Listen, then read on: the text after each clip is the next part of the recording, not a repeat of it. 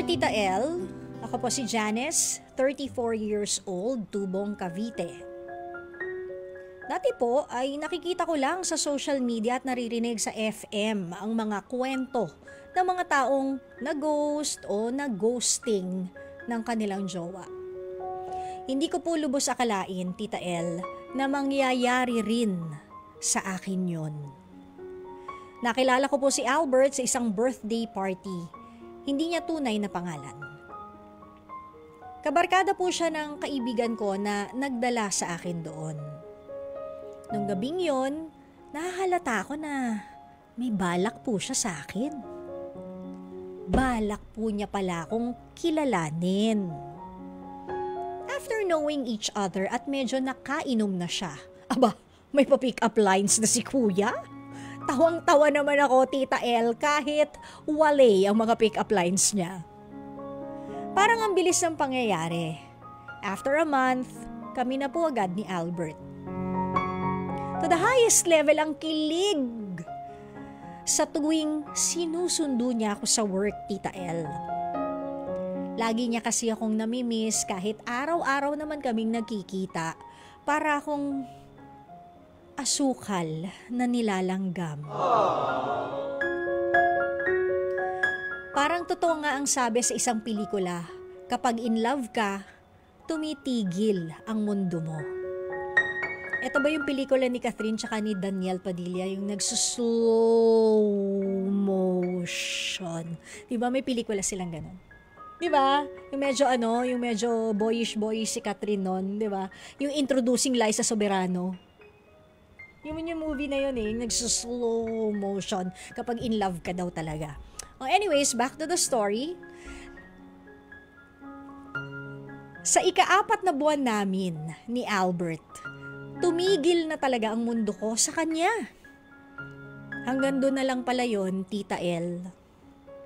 Napapansin kong hindi na siya sweet, hindi na siya laging mapakali at mainitin ang ulo.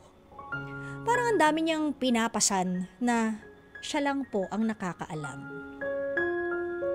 Pagising ko, babatiin ko na sana siya ng good morning. Pero, hindi ko na po siya mahanap sa Messenger. Deactivated na po pala ang account niya. Ganon? Ang unang akala ko, baka may violation siya sa FB kaya hindi ko siya makita. Pero kahit ang number niya, unattended na rin. Hindi rin daw makontak ng mga common friends namin, itong si Albert. Sobrang nalugmok po ako. Hindi ko alam kung ano ang pagkakamali ko. Pero pinilit ko pong magpakatatag dahil may mga umaasa rin po sa akin. Hindi pwedeng magpatalo sa lungkot.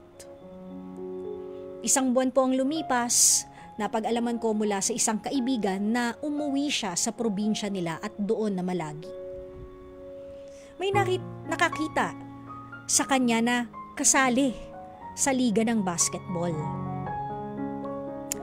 Matutulog na sana ako nang may natanggap akong isang private message sa message request. Bagong account po ito ni Albert, Tita L.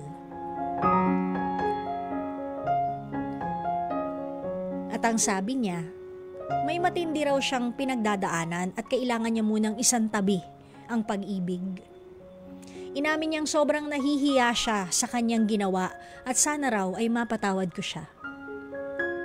Pero hindi pa rin tama para sa akin, Tita L.